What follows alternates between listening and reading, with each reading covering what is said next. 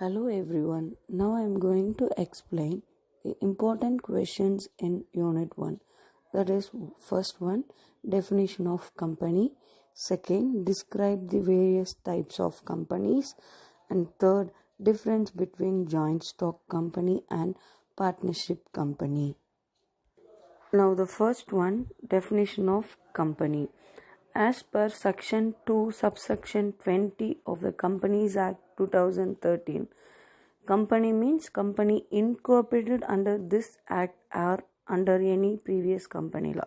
அதாவது ஒரு கம்பெனி ஏதோ ஒரு அசோசியேஷன் அந்த கம்பெனிஸ் ஆக்ட் அண்டரில் ரிஜிஸ்டர் பண்ணியிருக்காங்க அப்படின்னாவே அது கம்பெனின்னு கருதப்படும். அந்த கம்பெனி வந்து as per current act or previous companies law, அதாவது 1956 அந்த மாதிரி இருக்கப்ப ரிஜிஸ்டர் பண்ணியிருந்தது தான் கம்பெனி அப்படின்னு as per section 22 subsection 20 define பண்ணது டெஃபினிஷனை.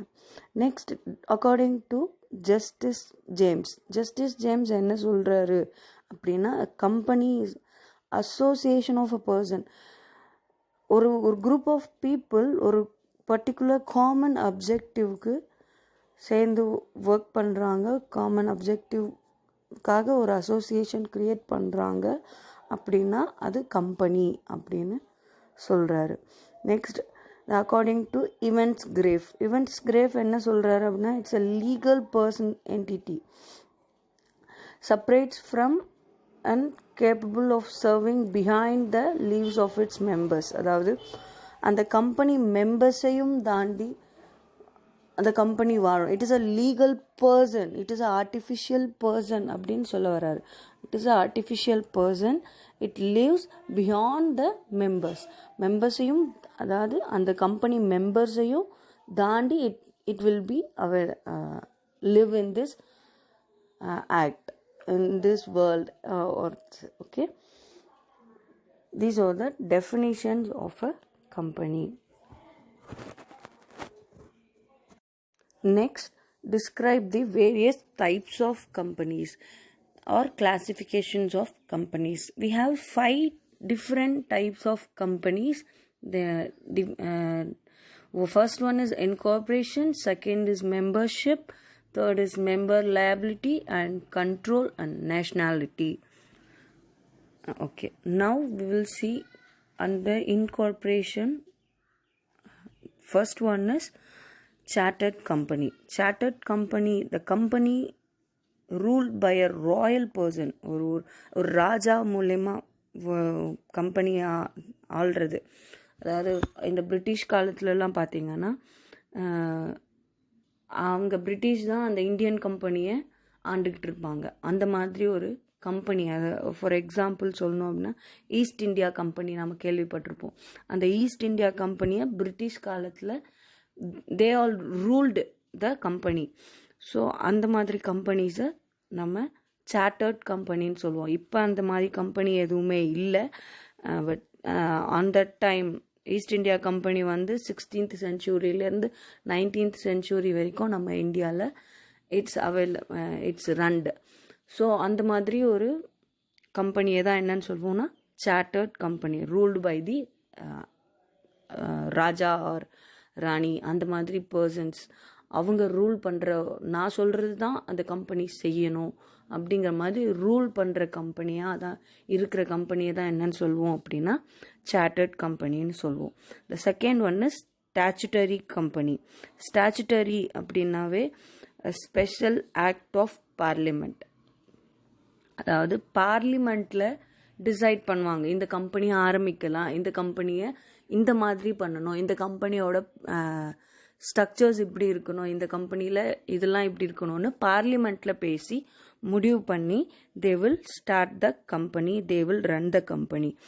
Powers, functions, rules and regulations எல்லாத்தையுமே வந்து பார்லிமெண்ட்டில் they will decide and they will run in that company. For example நம்ம சொல்லணும் அப்படின்னா நம்ம எல்ஐசி லைஃப் இன்சூரன்ஸ் கார்பரேஷன் வந்து ஒரு பார்லிமெண்ட்டில் டிசைட் பண்ணி ஸ்டார்ட் பண்ண ஒரு company. And State Bank of India also parliament decide பண்ணி ஸ்டார்ட் பண்ண ஒரு firm, banking firm. ஸோ அது இது இந்த கம்பெனிஸ், இந்த மாதிரி கம்பெனிஸை தான் என்னன்னு சொல்லுவோம்னா ஸ்டாச்சுரரி கம்பெனின்னு சொல்லுவோம்.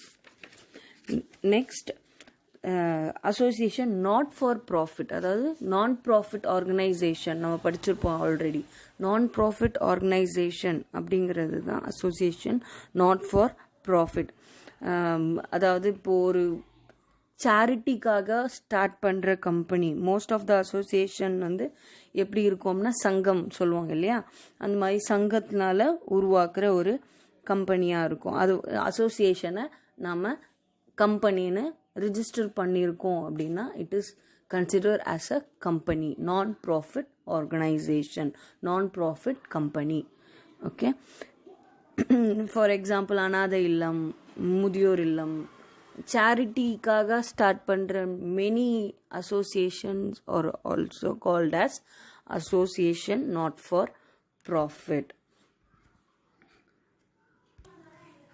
Membership. Under membership we have two types of company. One is private and another one is public. Already we know what is private company and public company. Private company அப்படின்னா ஒரு தனி நபரால் a privated person starting a business, it is called as private companies. And public company in the sense it runs under government or parliament rules பிரகாரம் நடக்கிறது தான் public கம்பெனின்னு சொல்கிறோம். First private companies. நம்ம தமிழ்நாட்டில் மொத்தம் 64,000 ஆஃப் ப்ரைவேட் கம்பெனிஸ் இருக்குது. இந்தியாவில் moreover 11 lakhsக்கு மேலே இருக்குது companies. In private companies the minimum number is 2 and maximum is 200. They can have a minimum of 1 lakh capital. அது மாதிரி சில ரூல்ஸ் அண்டர் கம்பெனிஸ் ஆக்ட் இருக்குது. ஸோ ப்ரைவேட்டாக கன்சிடர் பண்ணுறாங்க அப்படின்னா அந்த கம்பெனியோட நேம்க்கு எண்டில் ப்ரைவேட் லிமிட்டட்னு they should mention. These are the ப்ரைவேட் கம்பெனிஸ்க்கான அடையாளங்கள். ப்ரைவேட் கம்பெனி அப்படின்னா for example if you take one private company, for example I use my name itself, Shri and co private limited. It is called as Shri. I should mention my company as private limited in the end of my company's name. Okay, next public company. Public company, here the minimum number is 7, maximum is unlimited. All over in India we have 60,000 of public companies. Government நடத்துகிற company வந்து 60,000க்கு மேலே நம்ம இந்தியாவில் இருக்குது. Like Indian oil, Punjab National Bank, these are all the examples of the public company.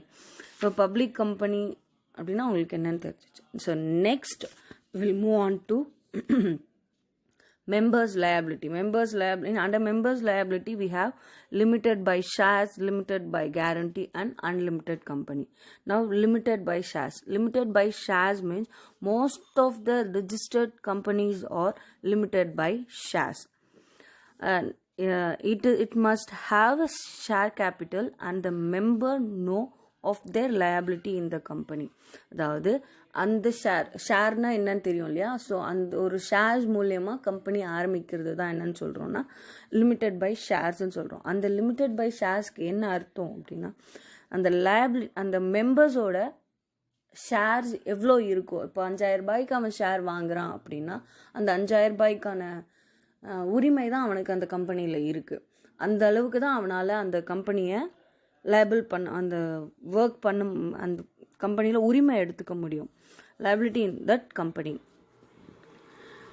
அதாவது அந்த அளவுக்கு தான் அந்த இதை அவன் செய்ய முடியும், ரைட்ஸ் எடுத்துக்க முடியும்.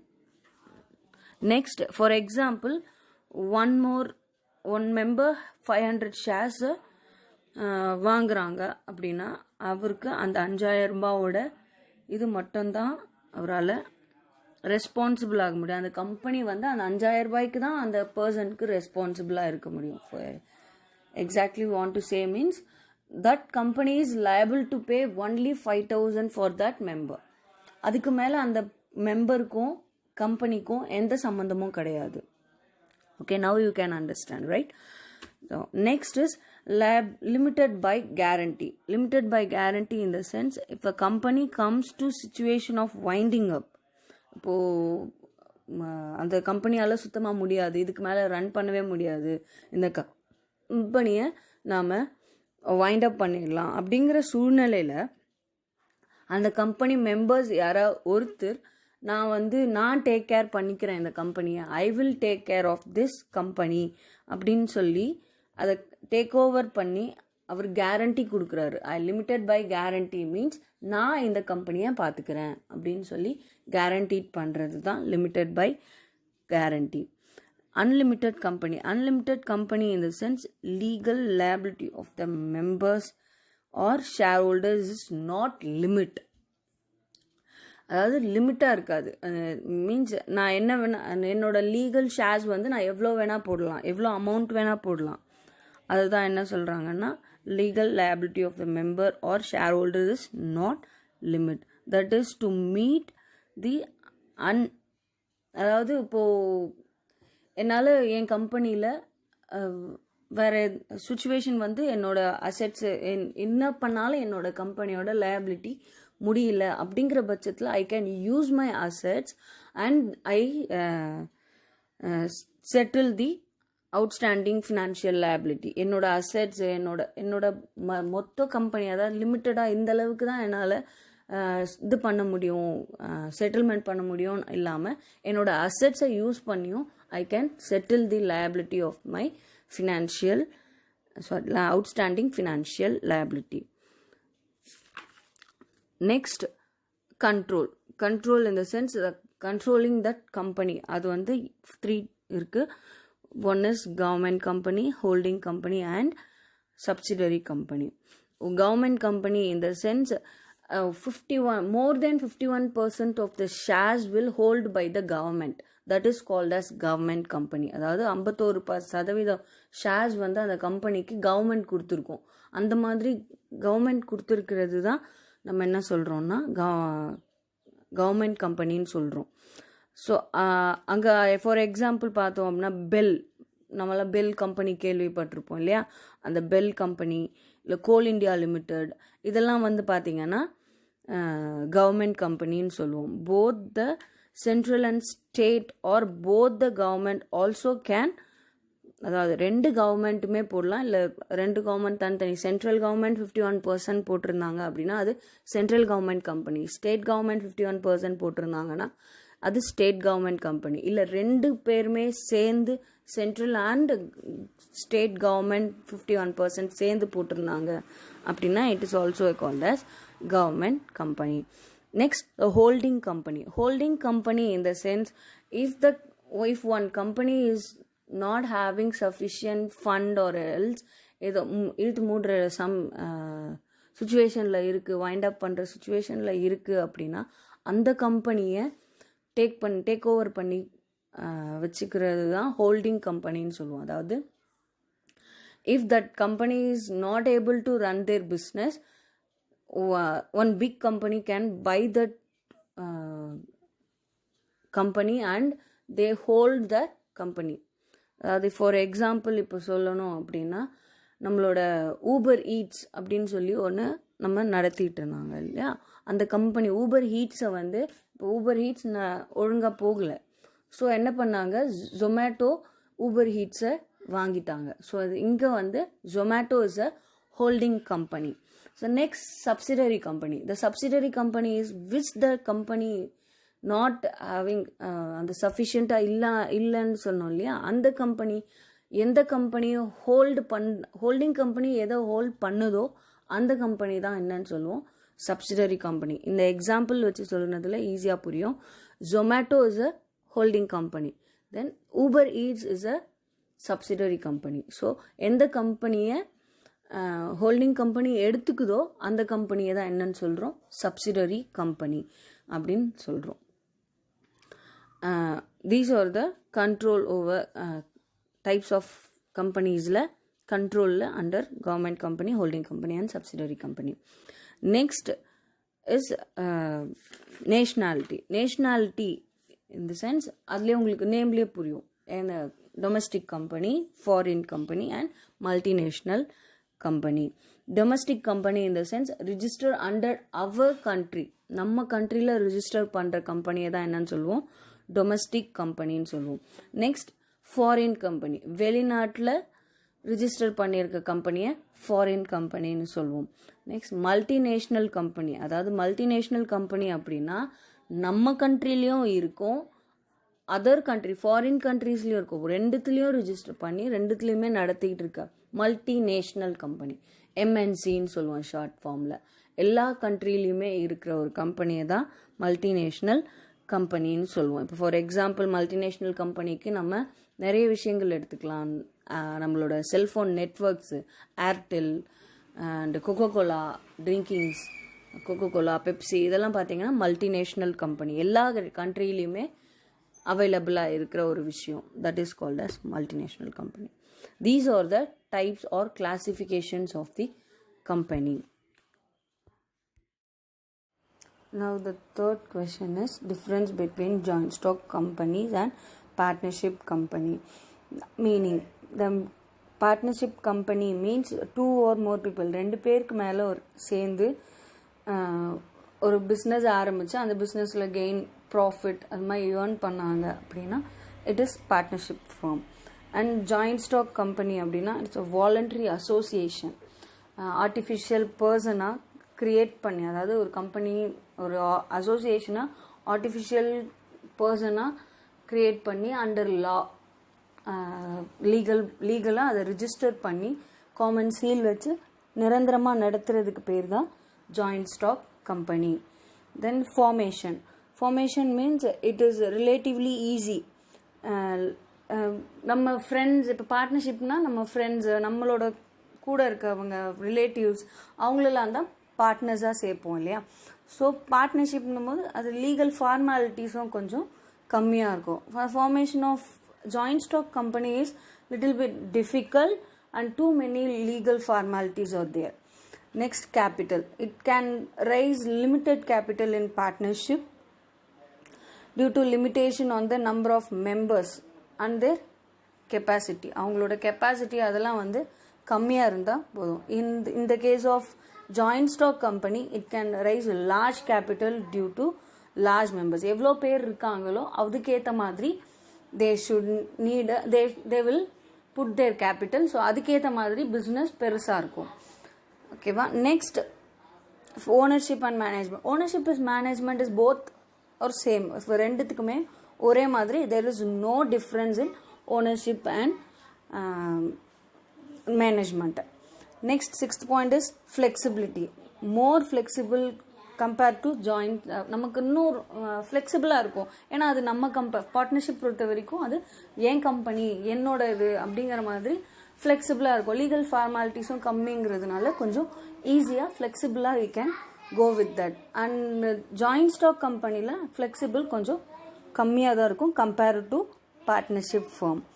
Continuously and stability. Lack of continually and stability business may come to an end with death. அதாவது ஒரு பார்ட்னர் இறந்துட்டாலோ இல்லை அந்த கம்பெனியை நடத்த முடியல, ஒரு பர்சன் ஒரு எந்த பார்ட்னர்ஸாலையும் அதை மேக் ஓவர் பண்ண முடியல அப்படின்னும் போது அந்த கம்பெனியை டிசால்வ் பண்ணிடுவாங்க.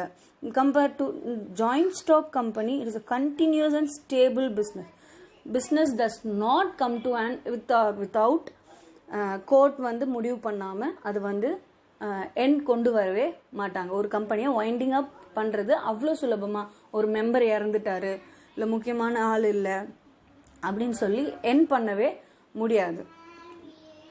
Next, business scarcity can be maintain to a certain extent. ஒரு எக்ஸ்டென்ட்க்கு ஏற்ற மாதிரி they can maintain their scarcity. But in the joint stock company there is no business scarcity. Government regulation, minimum government regulation தான் பார்ட்னர்ஷிப்பில் follow பண்ணுவாங்க. And in compare to joint stock கம்பெனியில் ஸ்ட்ரிக்டாக follow பண்ணுவாங்க கவர்மெண்ட் ரெகுலேஷன்ஸை. Next, taxation is less compare to, அதாவது taxation compare to joint stock company பார்ட்னர்ஷிப்பில் கம்மியாக இருக்கும் அண்ட் ஜாயிண்ட் ஸ்டாக் கம்பெனியில் கொஞ்சம் ஹெவியாக இருக்கும்.